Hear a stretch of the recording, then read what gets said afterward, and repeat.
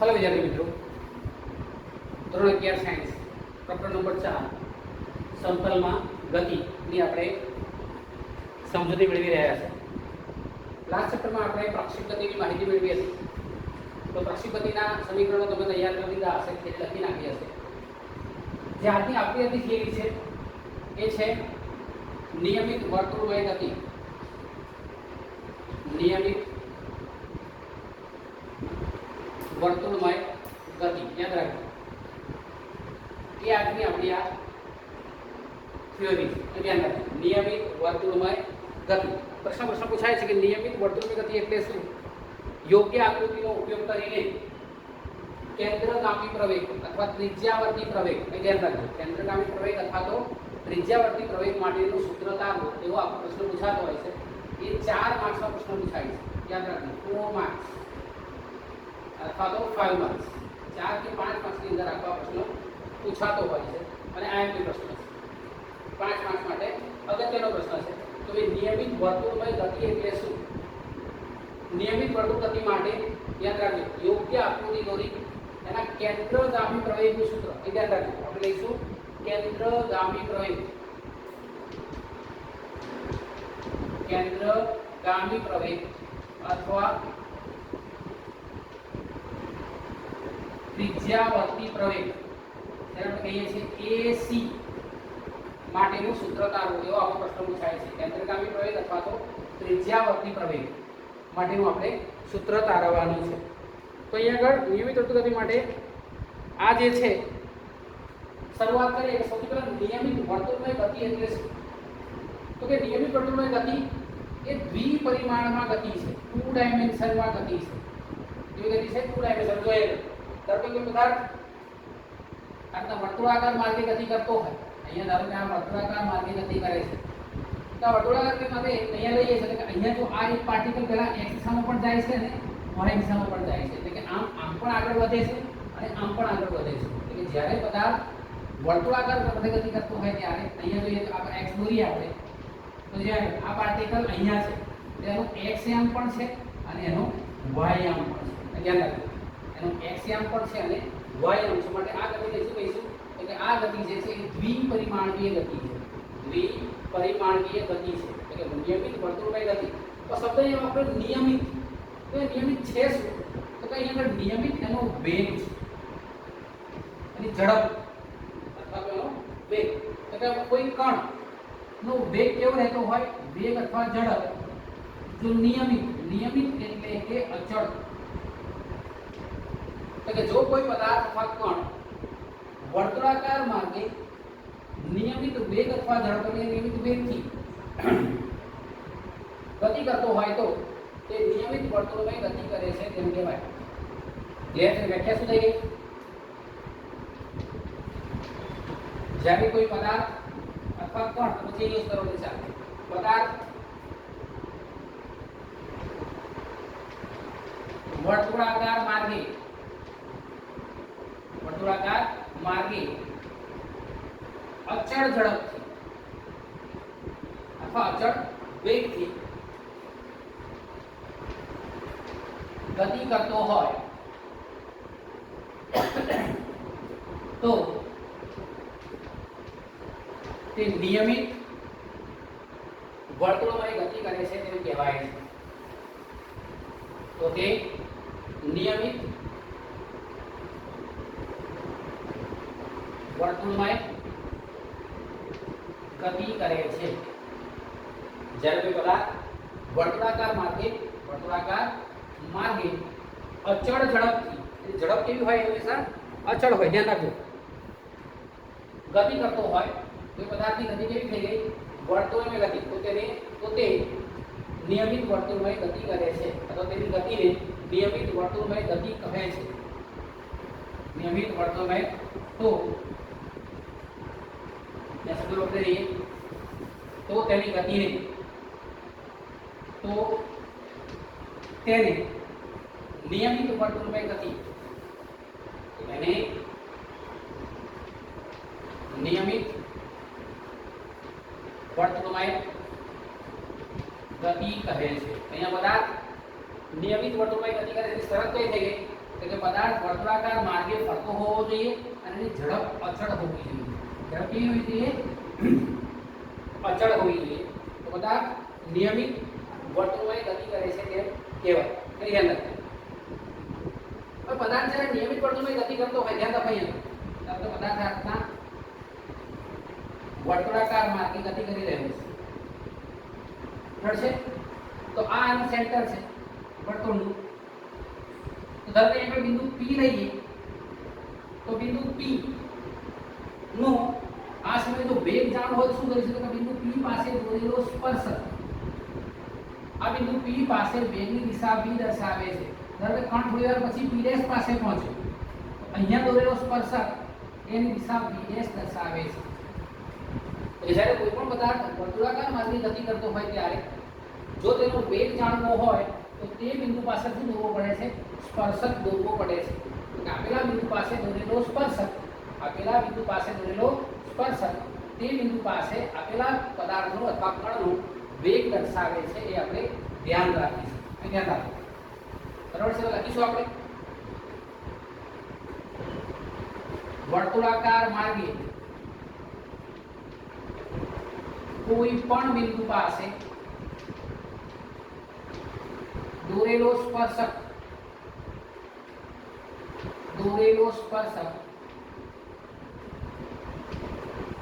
તે બિંદુ પાસે પદાર્થનો વેગ દર્શાવે છે. એ ધ્યાન રાખો. હવે પદાર્થ વર્તુળાકાર માર્ગે ગતિ કરી રહ્યો છે, એનો વેગ કેવો છે? અચળ છે.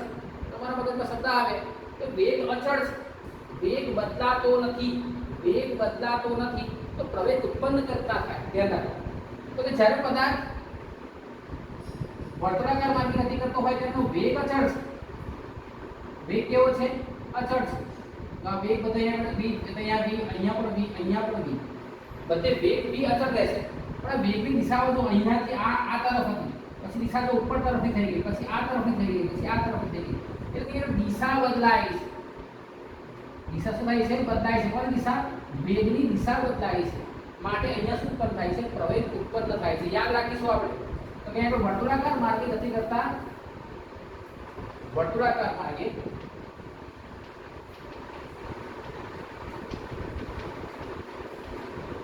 ગતિ કરતા પદાર્થના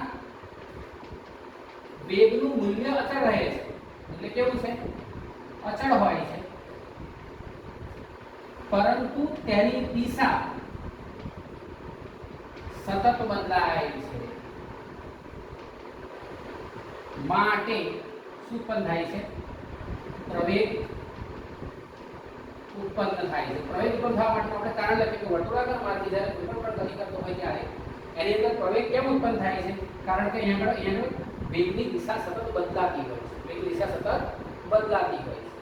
આગળ વાત કરીએ કે અહીંયા પર ધ્યાન રાખો, પદાર્થ વર્તુળાકાર માર્ગે ગતિ કરી રહ્યો છે.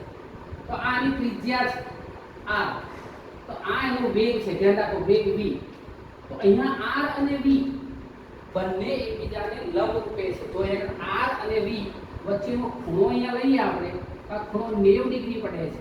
એટલે જ્યાં જ્યાં ખૂણો 90 ડિગ્રી પડતો હોય ત્યાં અહીંયા એ બંને એકબીજાને લંબ રૂપે છે. એવું કહેવાય, એવું આપણે જાણીએ છીએ. તો કે અહીંયા આગળ r અને v બંને એકબીજાને લંબ રૂપે છે.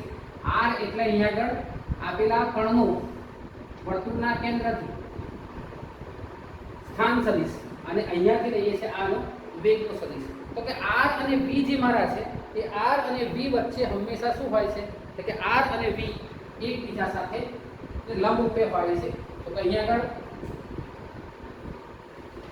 વર્તુળ માર્ગની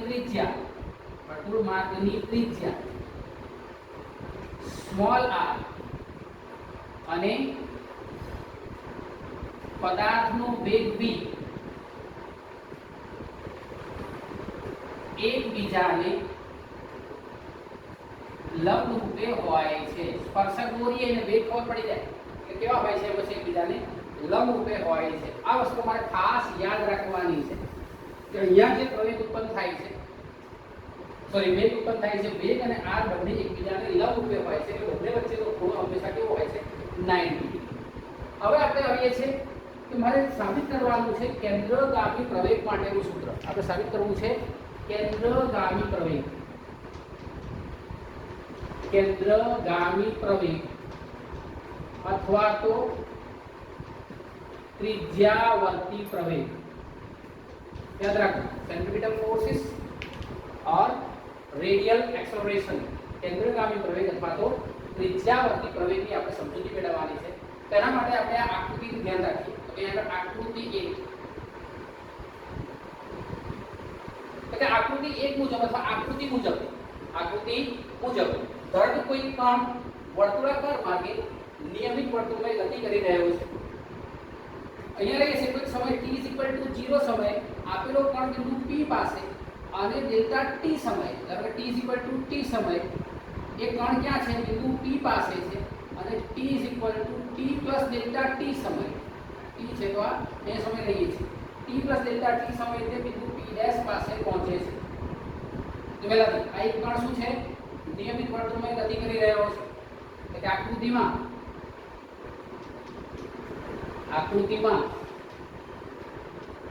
કોઈ કણ નિયમિત વર્તુળમાં ગતિ કરતો દર્શાવ્યો છે. ફર્સ્ટ સેન્ટેન્સ આપણે લખ્યું કે ભાઈ આકૃતિની અંદર અહીંયા કોઈ કણ છે એ નિયમિત વર્તુળમાં ગતિ કરતો દર્શાવ્યો છે. t સમયે t સમયે ધ્યાન રાખો કણનું સ્થાન P, કણનું સ્થાન P પાસે અને તેનો વેગ v છે. વેગ કેટલો છે? v છે અહીંયા બિંદુ P પાસે અને તેનો સ્થાન સદિશ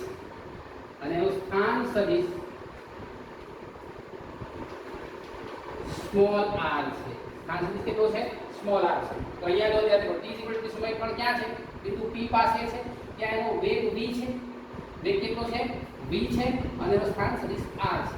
હવે લઈએ છે t ડેલ્ટા t સમય, t ડેલ્ટા t સમય થોડા સમય પછી ધારો કે કણ ક્યાં પાસે? કે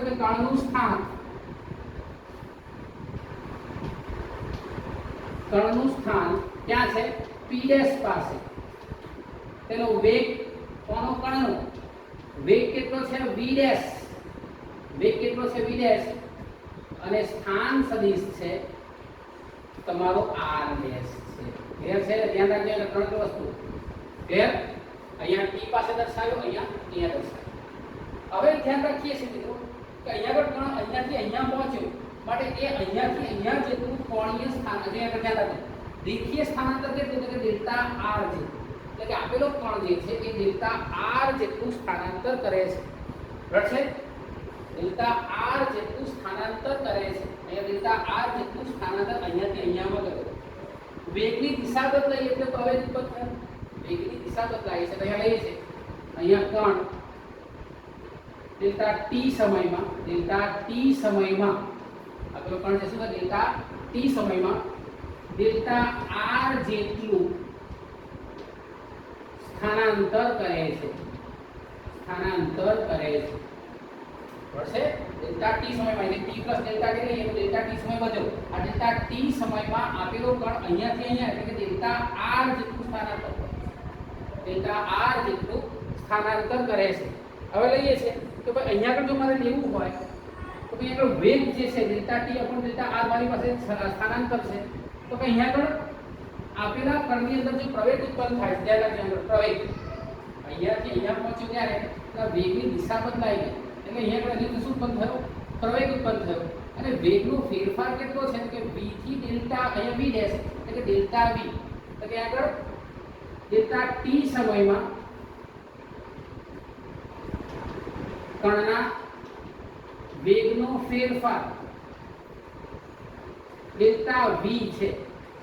અહીંયાથી અહીંયા પહોંચ્યો ત્યારે સ્થાનાંતર ડેલ્ટા r અને વેગ કેટલો? કે v થી ડેલ્ટા અહીંયા લઈએ તો કે ડેલ્ટા v છે. માટે સરેરાશ પ્રવેગ અહીં ધ્યાન રાખજો. સરેરાશ પ્રવેગ શું આવશે? એટલે લઈશું average A is equal to delta V છેદમાં ડેલ્ટા T. વેગ છેદમાં સમય ઇઝ ઇક્વલ ટુ પ્રવેગ. વેગ છેદમાં સમય ઇઝ ઇક્વલ ટુ પ્રવેગ. તો મને મળ્યો A is equal to delta V upon delta T. આપણે તે લખીએ સમીકરણ નંબર 1. પછી પ્રવેગની દિશા ક્યાં હશે? પ્રવેગની દિશાની વાત કરીએ.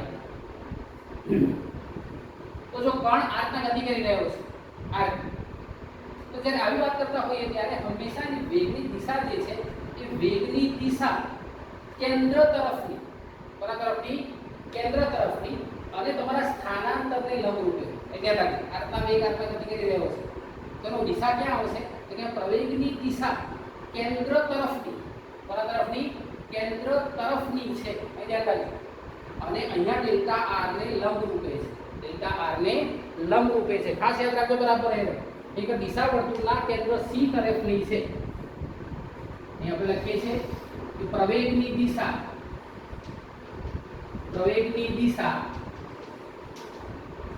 કેન્દ્ર, અહીંયા એ છે O, કેન્દ્ર O તરફની છે. કેન્દ્ર O તરફની છે. એટલે પ્રવેગ ઉત્પન્ન થાય છે કે પ્રવેગ હંમેશા આર્કના, આ અંદર આર્કના છે. બરાબર ધ્યાન રાખજો. અહીંયા કેન્દ્ર તરફની છે. દિશા ક્યાં છે? કેન્દ્ર તરફની છે. અને સાથે સાથે અહીંયા જે દર્શાવીએ છીએ તે તો બીજી વાત, આ ડેલ્ટા V અને ડેલ્ટા R એકબીજાને લંબ છે. પ્રવેગની દિશા કેન્દ્ર O તરફની છે, માટે તેને આપણે કહીશું કેન્દ્રગામી પ્રવેગ AC. તો આપણે આ લખ્યું છે એવરેજ A લખ્યું છે, એને કરી દઈશું આપણે એવરેજ AC. બરાબર, પછી લખીશું તો પ્રવેગની દિશા કેન્દ્ર O તરફની માટે તેને શું કહે છે? પ્રવેગ AC કહે છે. ઉપરાંત આ શું છે જો ધ્યાન રાખવું, આ તરફની છે એટલે કે આ પ્રવેગ ઉત્પન્ન થાય છે આર્ક ને. આ જે કોણ ગતિ કરતો હોય ત્યારે આ જે દિશા આવે છે એ દિશા કોની છે? તો કે પ્રવેગની. માટે આપણે નામ આપ્યું હતું કેન્દ્રગામી, કેન્દ્ર તરફની દિશાવાળો, કેન્દ્રગામી. ઉપરાંત આ જે ત્રિજ્યા છે તો કે આગળ ત્રિજ્યા પર પ્રવેગ છે, ત્રિજ્યા પર પ્રવેગ છે, માટે અમે કહીએ છીએ ત્રિજ્યાવર્તી પ્રવેગ. ધ્યાન રાખજો, નામ લઈશું આપણે પ્રવેગને આપણે કહીશું કેન્દ્રગામી પ્રવેગ અથવા તો ત્રિજ્યાવર્તી પ્રવેગ. ત્રિજ્યાવર્તી પ્રવેગની આપણે વાત કરી. હવે ધ્યાન રાખો, હવે આપણે લઈએ છીએ તો એ સ્થાન સદિશ r, તો હવે r' થયો એટલે કે અહીંયા આગળ સ્થાનમાં થતો ફેરફાર ડેલ્ટા r જેટલો છે. સ્થાનમાં થતો ફેરફાર ડેલ્ટા r જેટલો છે લઈએ છીએ. અને r અને r' વચ્ચેનો ખૂણો એટલે કે હવે r અને r' વચ્ચેનો ખૂણો ડેલ્ટા થીટા છે. r અને r' વચ્ચેનો ખૂણો કેટલો છે? ડેલ્ટા થીટા જેટલો છે. આ ખૂણો, આ જે ખૂણો તો એ ખૂણો કેટલો છે? ડેલ્ટા થીટા જેટલો છે.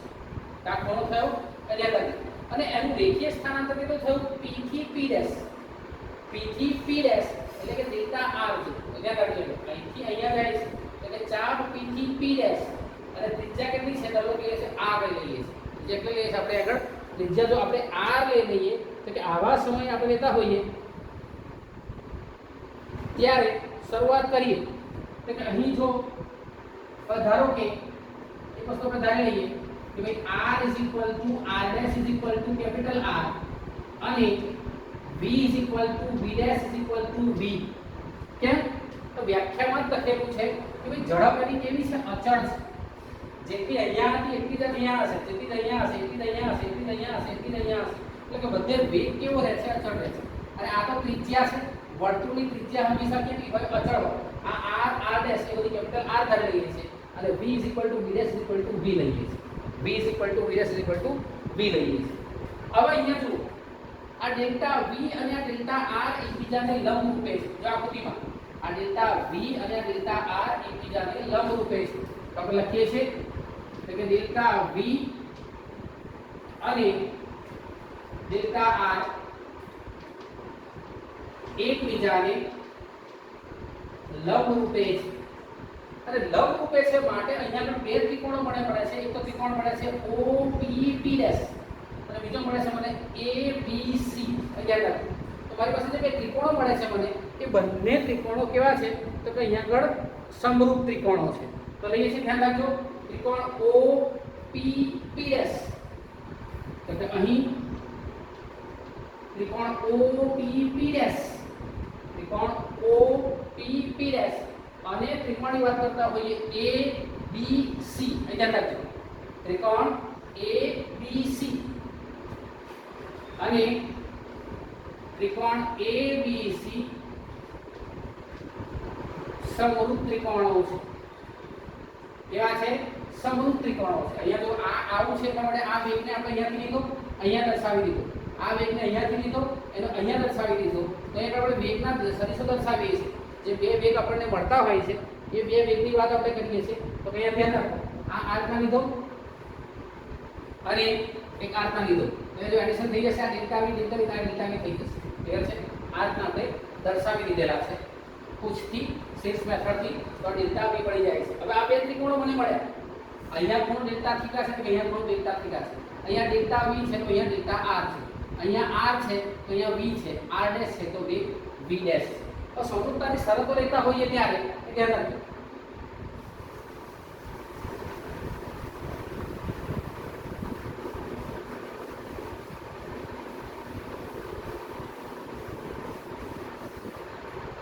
समरूप त्रिकोणों से तो समरूप त्रिकोण लेता होइए तो तारे जो PP dash is equal to BC तो PP डैश આપણે શોધતા કે BC upon PP dash BC is equal to PP dash પછી લઈએ છે આપણે AB તો આપણી પાસે અહીંયા પડશે મને OP સમરૂપ ત્રિકોણ સાથે ધોરણ 10 આપણે સમરૂપતાની શરતો શીખી ગયા છે તો ભાઈ એની બાજુ સાથે બાજુ કમ્પેર કરીએ છીએ આ ડેલ્ટા V સાથે ડેલ્ટા R આ OP સાથે આપણી BC અને આ AC સાથે આપણો OP ડેશ એ લખીએ છીએ અને AC upon OP dash clear છે और BC ની કિંમત આપણે તો એટલે BC ની કિંમત કેટલી છે કે ડેલ્ટા V ક્લિયર છે PP ડેશ એટલે કે PP ડેશ ની કિંમત કેટલી છે delta R delta V delta R ત્યાં તો કહીએ છે AB કે AB ની કિંમત કેટલી છે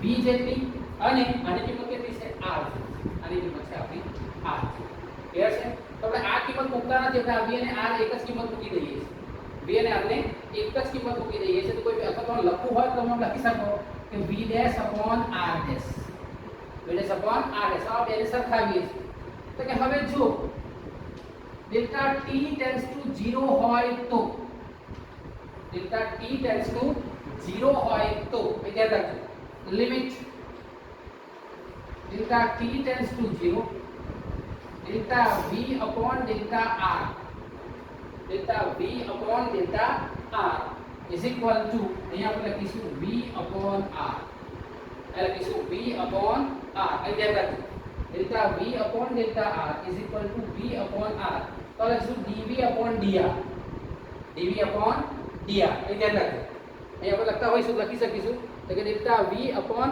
delta V is equal to delta V is equal two V delta R upon R પરંતુ R ઇઝ ઇક્વલ ટુ કેટલા લીધા છે આપણે તો કે R ઇઝ ઇક્વલ ટુ અહીંયા લીધા છે કેપિટલ R અને V dash is equal two V dash is equal two V તો કિંમત મૂકી દઈએ તો આ થશે dV upon dr dV upon dr is equal two V upon R V upon R આ ડેલ્ટા V નહીં રહેવા દઈએ અને સામે લઈ જઈએ શું આવશે dV is equal to V upon R into dr સમીકરણને બંને બાજુ ડેલ્ટા T વડે ભાગતા અથવા dt વડે ભાગતા સમીકરણને dt વડે ભાગતા સમીકરણ શું બનશે ધ્યાન રાખજો આ સમીકરણ બનશે dV upon dt is equal to V upon R into dr upon dt तो यहाँ जो delta V upon delta T और यहाँ एक स्टेप लखी दो तो जो डेल्टा T टेंड्स टू 0 હોય તો અહીંયા આપણે લખીશું AC તત્કાલીન વેગ થઈ જશે અને આપણે લખીશું dV upon dt AC C અહીંયા લખ્યો છે AC A is equal to delta V upon delta T delta T tends two 0 હોય તો AC is equal to delta V upon delta T અને આ થયો આપણો ત્રિજ્યાવર્તી પ્રવેગ तो dV upon dt ને શું લખીશું તો કે AC એટલે તો પરંતુ dv upon dt is equal to ac અને dr upon dt is equal to v. dr upon dt is equal to v માટે અહીંયા લખીએ તો શું આવશે ac is equal to એ જો v upon r into v માટે ac is equal to v square upon r. આપેલા સૂત્રને કેન્દ્રગામી પ્રવેગ અથવા ત્રિજ્યાવર્તી પ્રવેગ AC માટેનું સૂત્ર કહે છે. તો AC is equal to v square upon r. AC is equal to v square upon r. તમારે થિયરી આ પ્રમાણે લખવાની છે. ક્લિયર છે? અને જેના રીતે સીધી સ્ટેપ એ રહી ગયો તો એ લખ્યો આ ધારણા કરી અને પછી આ આકૃતિના આધારે આપણે અહીંયા આટલું તાર્યું. તો આપણને મળ્યું AC is equal to v square upon r. AC is equal to v square upon r. આ AC નું મૂલ્ય કેન્દ્રગામી પ્રવેગ અથવા ત્રિજ્યાવર્તી પ્રવેગની મૂલ્ય આવે છે. એની દિશા કેન્દ્ર તરફની, યાદ રાખજો, કેન્દ્ર પર ત્રિજ્યા તરફ, એ ધ્યાન રાખજો. એને એ છે કેન્દ્ર તરફની હોય છે, ત્રિજ્યા પર કેન્દ્ર તરફની હોવાથી એટલે આપણે કહીએ છીએ કેન્દ્રગામી પ્રવેગ. પ્રવેગની દિશા કેન્દ્ર O તરફની હોવાથી તેને કેન્દ્રગામી પ્રવેગ AC કહે છે. આપણે AC is equal to v square upon r સૂત્ર તારવી દીધું. હવે આ સ્થિતિની અંદર ઘણીવાર એક અલગ વસ્તુ પૂછાતી હોય છે, એની આપણે સમજૂતી મેળવીએ.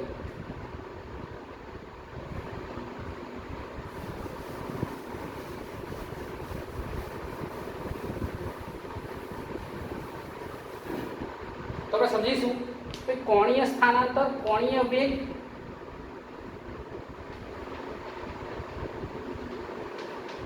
કોણીય સ્થાનાંતર, કોણીય વેગ, ધ્યાન રાખજો. કોણીય સ્થાનાંતર અને કોણીય વેગ, અને આપણે આગળ મેળવવાના છે કોણીય વેગ ઓમેગા અને આવૃત્તિ v ના સ્વરૂપમાં મેળવવાનું છે. એ ધ્યાન રાખજો. કેન્દ્રગામી પ્રવેગ, કેન્દ્રગામી પ્રવેગ, કોણીય વેગ ઓમેગા અને આવૃત્તિ મ્યુ ના સ્વરૂપમાં મેળવો. નિયમિત વર્તુળમય ગતિ એટલે શું? કેન્દ્રગામી પ્રવેગનું મૂલ્ય કોણીય વેગ ઓમેગા અને આવૃત્તિ મ્યુ ના સ્વરૂપમાં. આ મ્યુ છે અને વાંચીશું આપણે મ્યુ, v નહીં, ધ્યાન રાખજો. આને આપણે કહીશું મ્યુ. શું કહીશું આને આપણે? મ્યુ ના સ્વરૂપમાં મેળવવાનું છે. એ મ્યુ કંઈક આપણે આ પ્રમાણે લખીશું. આ મારો મ્યુ છે કે મ્યુ ના સ્વરૂપમાં મેળવો, એવી આપણી થિયરી છે. પણ એને પહેલા સમજી લઈએ કે ભાઈ કોણીય સ્થાનાંતર એટલે શું. તો કે જ્યારે પદાર્થ નિયમિત વર્તુળમાં ગતિ કરતો હોય, ધ્યાન રાખજો. અહીંયા ધારો કે પદાર્થ વર્તુળાકારમાં ગતિ કરે છે. આની ત્રિજ્યા બિંદુ P પાસે છે, ઉદાહરણ લઈએ છીએ. આ R છે. આ ધારો કે આપણો O છે. થોડા સમય પછી P' પાસે પહોંચ્યો. આનો વેગ આપણે સ્પર્શકથી દૂર લઈએ. અહીંયા વેગ આ સ્પર્શકથી દૂર લઈએ. આની આ લખું આ V છે, આ V' છે. અહીંયા આગળ આ થયું રેખીય સ્થાનાંતર ડેલ્ટા R. ધ્યાન રાખજો કે આપેલો કણ જે છે એ આપેલા કણનું રેખીય સ્થાનાંતર આપણે આ રીતના દર્શાવીએ છીએ. આ ડેલ્ટા R છે, ડેલ્ટા R છે. અને આ પછી ત્રિજ્યા આપણે લઈ લઈએ કે અહીંયા આગળ પછી ત્રિજ્યા. ક્લિયર છે? તો કે આપણા પદાર્થમાં જોઈએ તો પદાર્થ P થી P' પાસે ગયો. તો કે પદાર્થે કાપેલું રેખીય અંતર, પદાર્થે કાપેલું રેખીય અંતર ઇઝ ઇક્વલ ટુ કેટલું આવશે? તો કે ચાપ PP'. ચાપ PP'. એ ધ્યાન રાખજો. પદાર્થે કાપેલું રેખીય અંતર ઇઝ ઇક્વલ ટુ ચાપ PP'. એ ધ્યાન રાખજે છે. બરાબર છે? અને કરેલું સ્થાનાંતર કેટલું? તો કે સ્થાનાંતર ઇઝ ઇક્વલ ટુ રેખીય સ્થાનાંતર ડેલ્ટા R જેટલું છે. રેખીય સ્થાનાંતર ડેલ્ટા R જેટલું છે. એટલે કે આપણે જ્યારે વર્તુળ પર જોતા હોઈએ ત્યારે અહીંયાથી અહીંયા જઈએ તો આ ચાપ મને શું આપે છે? પદાર્થે કાપેલું રેખીય અંતર આપે છે. આ ડેલ્ટા R શું આપે છે? તમારું કોણીય રેખીય સ્થાનાંતર આપે છે. પણ અહીંયા જો તો અહીંયા આગળ આ પદાર્થ ડેલ્ટા થીટા, તો કે આપેલો જે પદાર્થ છે એ પદાર્થ શું કરે છે? તો કે અહીંયાથી આટલું ખૂણો અંતર કાપે છે. આપણે કહીએ છીએ ધારો કે અહીંયા લેતા હોઈએ છે પદાર્થ કણ પહેલા અહીંયા હતો, અહીંયાથી અહીંયા ગયો, અહીંયાથી અહીંયા ગયો, આપણે કહીશું 90 ડિગ્રી ખૂણો આવે. પછી અહીંયાથી અહીંયા ગયો તો કે 180 ડિગ્રીના ખૂણે ગયો. પછી અહીંયાથી અહીંયા ગયો એટલે સાહેબ 270 પછી અહીંયાથી અહીંયા ગયો તો 360 પણ 90 ડિગ્રી 180 ડિગ્રી 270 ડિગ્રી 360 ડિગ્રી એને શું કર્યું તો કે 90 ડિગ્રીનું કોણીય સ્થાનાંતર કર્યું. શું કર્યું? કોણીય સ્થાનાંતર કર્યું. અહીં આપણે લઈએ છીએ તો કે અહીંયા ડેલ્ટા થીટા કણનું કોણીય સ્થાનાંતર ડેલ્ટા થીટા છે. અહીંથી આટલું જો અહીંયાથી ડેલ્ટા થીટા શું છે? કોણીય સ્થાનાંતર છે. ડેલ્ટા થીટા શું છે? કોણીય સ્થાનાંતર છે. એ ધ્યાન રાખજો. એનું એકમ રેડિયન છે. એકમ કેટલો છે? રેડિયન છે. કોણીય સ્થાનાંતરનો એકમ રેડિયન છે. કોણીય સ્થાનાંતરનો એકમ કેટલો છે? રેડિયન છે. યાદ રાખીશું આપણે. તો કહીએ 90 ડિગ્રી કહીએ ધારો કે 360 ડિગ્રી કહેતા હોય તો કે 360 ડિગ્રી 2 પાઈ રેડિયન. 360 ડિગ્રી 2 પાઈ રેડિયન તો કે થાય કે સાહેબ 180 ડિગ્રી કે 180 ડિગ્રી 2 પાઈ રેડિયન. યાદ રાખજો સૂત્રો. તમારે રેડિયન અને ડિગ્રીમાં કન્વર્ટર આપણે પહેલા ચેપ્ટર 2 માં શીખી ગયા છે, બીજી વાર આવે છે. તો અહીંયા પર જે એકમ છે રેડિયન છે કોણીય સ્થાનાંતર છે. ધ્યાન રાખજો આ કોણીય સ્થાનાંતર અહીંયાથી અહીંયા છે. ડેલ્ટા આર રેખીય સ્થાનાંતર, ડેલ્ટા થીટા તમારું કોણીય સ્થાનાંતર છે. ડેલ્ટા થીટા શું છે? કોણીય સ્થાનાંતર છે. યાદ રાખજો. હવે કોણીય સ્થાનાંતર છે, ડેલ્ટા થીટાનો એકમ રેડિયન છે, પણ ડેલ્ટા થીટા જે છે એ પરિમાણ રહિત છે. પરિમાણ રહિત છે. કેમ? કે સાહેબ આ તો સમતલ કોણ છે. આ શું છે? Delta theta. Delta theta, theta એ સમતલ કોણ છે. એટલે શું છે? સમતલ કોણ છે. તો પરિમાણ રહિત છે. સમતલ કોણ હોવાથી આપણે કેવું હોય તો કહી શકાય કે અહીંયા આગળ એનું પરિમાણ સૂત્ર m0 l0 t0. પરિમાણ રહિત છે, એનું કોઈ પરિમાણ નથી. પરિમાણ સૂત્ર શું? તો એક્ઝામ્પલ પછી કોણીય સ્થાનાંતરનું પરિમાણિક સૂત્ર લખો 1 5 માં. તો શું લખીશું? કે પરિમાણ રહિત છે એટલે કે m0 l0 અને t0 છે. એ સાહેબ એકમ રેડિયન છે અને આ જે ખૂણાને આંતર્યો આ ચાપ સાથે અહીંયાથી અહીંયા એક ખૂણાને બિંદુ P થી P' સુધી બિંદુ અહીંયા બે ત્રિજ્યાઓને જોડતા કેન્દ્ર સાથે આંતરેલો આ ખૂણો કોણીય સ્થાનાંતર. હવે લઈએ છીએ કોણીય વેગ. કોણીય વેગ જેને આપણે કઈ સંજ્ઞા કહીશું ઓમેગા. આને કહીશું આપણે સંજ્ઞા ઓમેગા. યાદ રાખો ઓમેગા. આ સંજ્ઞા જે છે એને કહીશું આપણે ઓમેગા. કોણીય વેગ ઓમેગા. તો કે પદાર્થ અહીંયાથી અહીંયા ગયો delta r upon delta t લઈએ. જો હું આમ લઉં કે delta r upon delta t તો મને મળશે વેગ. અને આને કહેશું મળશે મને રેખીય વેગ. શું મળશે મને? રેખીય વેગ. પણ હું લખું કોણીય વેગ. વ્યાખ્યા શું આવશે? એ વ્યાખ્યા શું કે એકમ સમયમાં કાપેલું કરેલું સ્થાનાંતર. પદાર્થે એકમ સમયમાં કરેલું સ્થાનાંતર. એટલે પદાર્થે એકમ સમયમાં કરેલું કોણીય સ્થાનાંતર. એટલે લખશું કોણીય સ્થાનાંતર. કોણીય સ્થાનાંતર છેદમાં સમય લઈએ. કોણીય સ્થાનાંતર છેદમાં સમય લઈએ. એટલે કોણીય વેગની સંજ્ઞા ઓમેગા. કોણીય સ્થાનાંતર તમારું ડેલ્ટા થીટા અને સમય ડેલ્ટા ટી. સમય ડેલ્ટા ટી. આ થયો તમારો એવરેજ સરેરાશ કોણીય વેગ. તત્કાલીન કોણીય વેગ કેટલો હોય કે omega d theta upon dt. અને ડેલ્ટા t → 0 કરો તો omega d theta upon dt. આ થયો તમારો તત્કાલીન અથવા તાત્ક્ષણિક કોણીય વેગ. Omega d theta upon dt. કોણીય વેગ omega d theta upon dt અને એવરેજ સરેરાશ કોણીય વેગ delta theta upon delta t. યાદ રાખજો શબ્દો બરાબર એ ધ્યાન રાખવા જરૂર.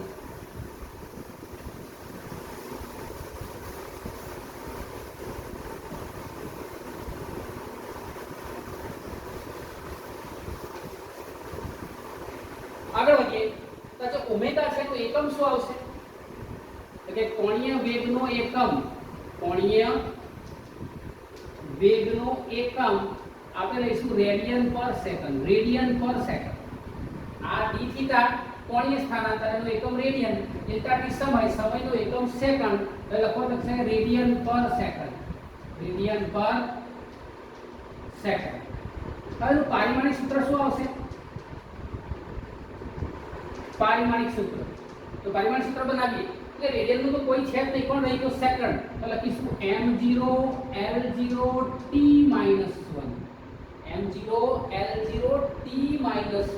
ધ્યાન રાખજો m0 l0 t - 1 એ તમારું પારિમાણિક સૂત્ર છે. પારિમાણિક સૂત્ર છે. કોનું? કોણીય વેગ. તો વાત કરતા હોય કે કોણીય સ્થાનાંતર અને કોણીય વેગની દિશા ક્યાં? કોણીય વેગની દિશા, કોણીય વેગ અને કોણીય સ્થાનાંતરની દિશા, અને દિશાની વાત કરતા હોઈએ તો દિશા માટે આપણે વાપરવાનું છે જમણા હાથના સ્ક્રૂનો નિયમ અથવા જમણા હાથના અંગૂઠાનો નિયમ. અહીં ધ્યાન રાખજો. તમારો વેગ જે દિશામાં જતો હોય એ ધ્યાન રાખજો. વેગ આ દિશામાં જાય છે તો વેગ જે દિશામાં જતો હોય એ દિશામાં આંગળીઓ મૂકો અને તમારો અંગૂઠો જે બતાવે ધ્યાન રાખજો. ધારો કે વેગ હાથમાં જાય છે તો તમારો પદાર્થ જે છે એને લંબ રૂપે ધ્યાન રાખજો. પદાર્થ હાથમાં જતો હોય છે ત્યારે આપણે આમ લેતા હોઈએ ત્યારે અહીંયા ધ્યાન રાખજો. આંગળીઓ વાળતા હોઈએ પદાર્થ જો હાથમાં જાય છે આમ વળે છે, આ પદાર્થ જો હાથમાં જાય છે આમ વળે છે, આમ વાળીએ તો પદાર્થ હાથમાં જાય છે કઈ એન્ટી ક્લોકવાઇઝમાં આ રીતના. બધા આંગળીને આમ વાળીએ અને અંગૂઠો ક્યાં જાય છે તો બહાર તરફ. ક્યાં જાય છે? બહાર તરફ. તો આ દિશા જે પાટિયામાંથી બહાર આવે છે, દિશા પાટિયામાંથી જે બહાર આવે છે એને આપણે કહીશું તમારા કોણીય વેગની દિશા, અને એ જ દિશામાં તમારું કોણીય સ્થાનાંતર. એ દિશામાં તમારું કોણીય સ્થાનાંતર હોય. કારણ કે કાલ્પનિક રેખા દૂર થઈ ગઈ જે બહાર આવે છે તો તમારું આ થીટા પણ અહીંયા છે અને ઓમેગા પણ આ દિશામાં છે. ધ્યાન રાખજો. આ બહાર આવે છે તો પહેલાથી આંગળી મૂકી દઈએ અને આંગળી મૂક્યા પછી જો ધ્યાન રાખજો આંગળીને વાળીએ આમ જાય છે આમ જાય છે આમ એટલે આમ વાળીએ તો મુખો ક્યાં આવે છે? બહાર આવે છે. જો મુખો બહાર તરફ દિશા આવે છે. આમ ફરતો હોત તો આપણે આમ મૂકો આંગળીને આમ વાળીએ, જો આમ ફરતો હોત તો આંગળીને આમ વાળીએ તો મુખો ક્યાં જાય છે? અંદર તરફ. તો એ કોણીય વેગ અને કોણીય સ્થાનાંતરની દિશા ધ્યાન રાખજો ક્યાં હોય છે તો કે કેન્દ્રમાંથી કાં તો અંદર તરફ જતી દિશામાં કાં તો બહાર અને આવતી દિશામાં હોય છે. તો કે દિશા એ છે વર્તુળના કેન્દ્ર અહીંયા રાખજો માંથી અંદર અથવા બહાર તરફની દિશામાં હોય છે. તો ધ્યાન રાખવાનું છે કે ભાઈ અંદર તરફ જતો હોય કાં તો એ બહાર તરફ આવતો હોય. અહીં ધ્યાન રાખજો. એટલે એ છે આપણે કાં તો આમ લઈએ આ દિશા કાં તો બહાર આવે અથવા તો આ ક્યાં જાય? અંદર તરફ જાય. એ કોની દિશા હોય? કોણીય વેગ અથવા કોણીય સ્થાનાંતરની તમારી દિશા આ પ્રમાણેની હોય છે. ક્લિયર છે? હવે આપણે લઈએ છીએ કે મારી પાસે એક વ્યાખ્યા છે કે ભાઈ ખૂણો બરાબર ચાપ છેદમાં ત્રિજ્યા. ધ્યાન રાખજો. ખૂણો બરાબર ચાપ છેદમાં ત્રિજ્યા. તો અહીંયા મારી પાસે ખૂણો કેટલો છે તો કે ડેલ્ટા થીટા. ખૂણો કેટલો છે? Delta theta. ચાપ કેટલો છે તો કે ચાપ પી પી ડેશ, અને ત્રિજ્યા કેટલી છે તો કે r. ડેલ્ટા થીટા અપોન ચાપ પી પી ડેશ. ધરકા ત્રિજ્યા આપણે કેપિટલ r જ ધારી લઈએ. પછી ત્રિજ્યા અચળ ધારી. હવે ચાપ P P dash upon capital r આવું થશે. તો કે ચાપ P P dash upon delta. પણ ચાપ પી પી ડેશ એટલે શું થાય? અહીંથી અહીં કોણીય સ્થાનાંતર કેટલું? ડેલ્ટા r જેટલું. એટલે કે delta theta is equal to delta r upon r. અથવા આપણે આને ડેલ્ટા s કહી દઈએ. આ ડેલ્ટા r છે તો આપણે ડેલ્ટા s કહી દઈએ કે delta s upon delta r. Delta theta is equal to delta s upon delta r. Clear છે? માટે જો મારે લેવું હોય તો ડેલ્ટા s કેટલું થશે? તો કે delta s is equal to r delta theta. આપેલું સમીકરણ એ રેખીય સ્થાનાંતર અને તમારું કોણીય સ્થાનાંતર વચ્ચેનો સંબંધ આપે છે. આપેલું સમીકરણ તમારા રેખીય સ્થાનાંતર અને કોણીય સ્થાનાંતર વચ્ચેનો સંબંધ આપે છે. અહીં ધ્યાન રાખજો બરાબર. ક્લિયર છે?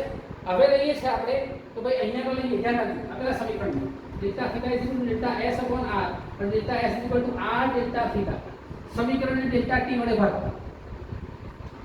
સમીકરણને ડેલ્ટા t વડે ભાગતા તો ભાગી નાખીએ શું આવશે? તો કે delta s upon delta t is equal to r delta theta upon delta t.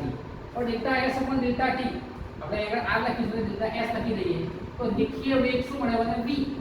શું મળશે? રેખીય વેગ v મળશે. તો કે v is equal to delta અહીંયા લઈએ r delta theta upon delta t. Delta theta upon delta t is equal two omega. આપણે લખીશું એવરેજ ઓમેગા. આ થયો એવરેજ વેગ v. એવરેજ વેગ v. જો ડેલ્ટા t ટેન્ડ્સ ટુ 0 ના સંદર્ભમાં લખતા હોઈએ તો ભાઈ ડેલ્ટા t ટેન્ડ્સ ટુ 0 છે એ ધ્યાન રાખજો. તમારું delta t tends to v is equal to r omega તો શું લખી શકે છે કે v is equal to r omega. v is equal to r omega એ ધ્યાન રાખજો. v is equal to r omega.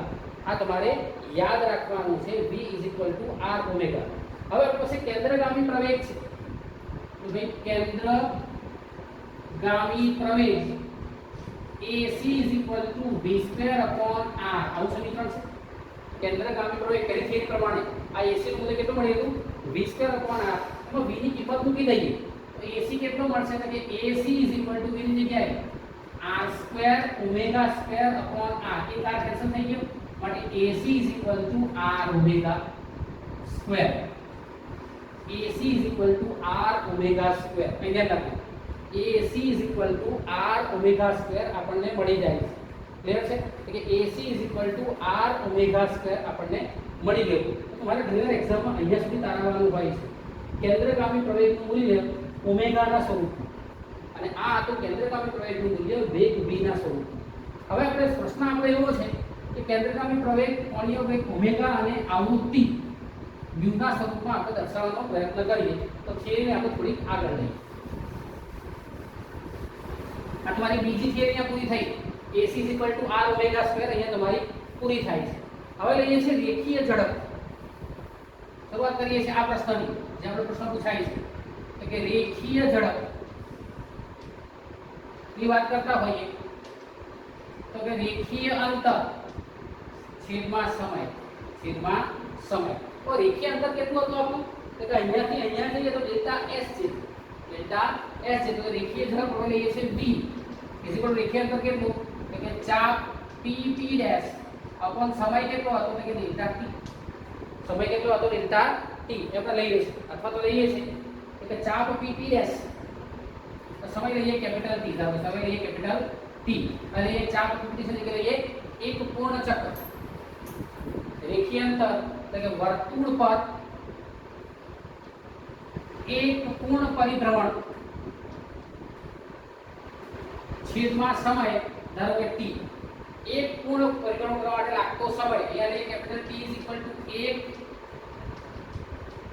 પરિભ્રમણ પૂર્ણ કરવા લાગતો સમય અને એને આપણે કહીશું આવર્તકાળ. શું કહીશું? આવર્તકાળ. અને આવર્તકાળનો વ્યસ્ત લઈએ તો મને મળે આવૃત્તિ. શું મળશે? આવૃત્તિ. તો કે v વર્તુળાકાર એક પરિભ્રમણ પૂર્ણ લાગતો સમય છેદમાં t. તો કે v કેટલો સમય લાગે એટલે 2π r અંતર કાપીશું આપણે અપોન t. વર્તુળ છે ભાઈ આ ત્રિજ્યાનો અહીંયાથી ફરતા અહીંયા આવીએ તો કેટલું અંતર કાપાય એનો પરિઘ જેટલું. પરિઘ કેટલો 2π r. તો r ત્રિજ્યા હોય પરિઘ કેટલો આવશે તો કે 2π r અપોન t. તો મને v મળી ગયો 2π r અપોન t. માટે અહીંયા જો અહીંયા t લઈએ 1 અપોન t. તો વેગ v 2π r * ન્યુ. જ્યાં અહીંયા લખી આપણે લઈએ છીએ ન્યુ. અહીંયા આ સૂત્રનો ઉપયોગ કર્યો આ 1 upon t = ન્યુ તો 2π r ન્યુ = v મળી ગયા મને.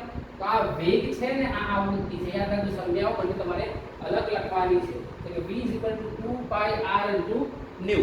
હવે લઈએ છીએ કેન્દ્રગામી પ્રવેગ AC મુજબ. હવે AC = v² upon r. AC = v² upon r આપણી પાસે છે. તો આ વેગનું સમીકરણ અહીંયા મૂકી દઈએ. અહીંયા રાખજો.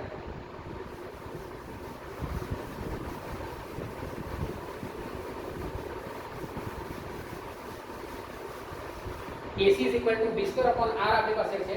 એની કિંમતો ત્યાં એપ્લાય કરીએ તો AC માટે AC v ની કિંમત કેટલી છે 2π r * ન્યુ હોલ સ્ક્વેર છેદમાં અહીંયા મારી પાસે કેટલું છે કે કેપિટલ R માટે AC = 4π² r² new square upon r. એક r કેન્સલ આઉટ કરો તો AC શું મળશે તો કે AC = 4π² r * ન્યુ. યાદ રાખજો સૂત્ર AC = 4π² r * ન્યુ. હવે મારી પાસે કેન્દ્રગામી જે પ્રવેગનું સૂત્ર છે એ આપણને મળી ગયું. હવે ઓમેગાના સ્વરૂપમાં કેન્દ્રગામી પ્રવેગ કોણીય વેગ ઓમેગાના આવૃત્તિના સ્વરૂપમાં દર્શાવવાનું છે. પરંતુ AC = r ω². પરંતુ AC = r ω².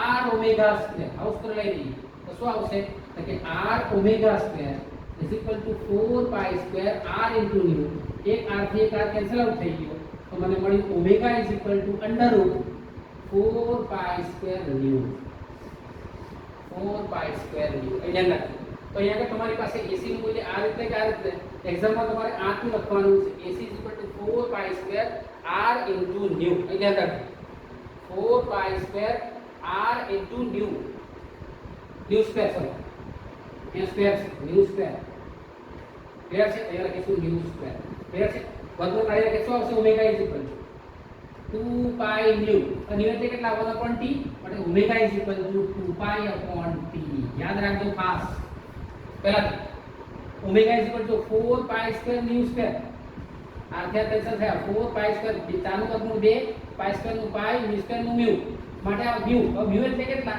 મ્યુ એટલે 1 upon t એટલે લખી દીધું 2 પાઈ upon t તો omega is equal two 2 pi upon t અને આ થયું તમારું કોણીય વેગ માટેનું સૂત્ર ક્લિયર છે તો અહીંયા બધી થિયરીઓ ઘણી બધી અહીંયા મિક્સ અપ થાય છે તમને એક્ઝામમાં જે પ્રમાણે પૂછે અહીંયા સુધી પૂછે તો અહીંયા સુધી લખવાનું અહીંયા સુધી પૂછે તો અહીંયા સુધી લખવાનું ઘણીવાર અહીંયા સુધી પૂછે કે AC r ઓમેગા સ્ક્વેર તો અહીંયા સુધી લખવાનું ક્લિયર છે હવે તમને ઘણીવાર એમ પૂછે કે ભાઈ V ઇઝ ઇક્વલ ટુ એટલે કે V is equal to r omega V is equal to r omega સુધી પૂછે તો V is equal to r omega સુધી લખવાનું તમને એક્ઝામમાં જ્યાં જ્યાં જે પ્રમાણે કહ્યું હોય ત્યાં ત્યાં તે પ્રમાણે લખવાનું છે તો મિત્રો આખ્યા થિયરી પૂરી થઈ કે ભાઈ કેન્દ્ર વર્તુળમાં નિયમિત ગતિમાં કેન્દ્રગામી પ્રવેગ ત્રિજ્યાવર્તી પ્રવેગ એના માટેનું સૂત્ર AC v²/r આપ્યું ત્યારબાદ કેન્દ્રગામી પ્રવેગ જે છે એના કોણીય વેગ ઓમેગાના સ્વરૂપમાં કેન્દ્રગામી પ્રવેગ આવૃત્તિના સ્વરૂપમાં આપણે મેળવ્યું આવૃત્તિના સ્વરૂપમાં મેળવ્યું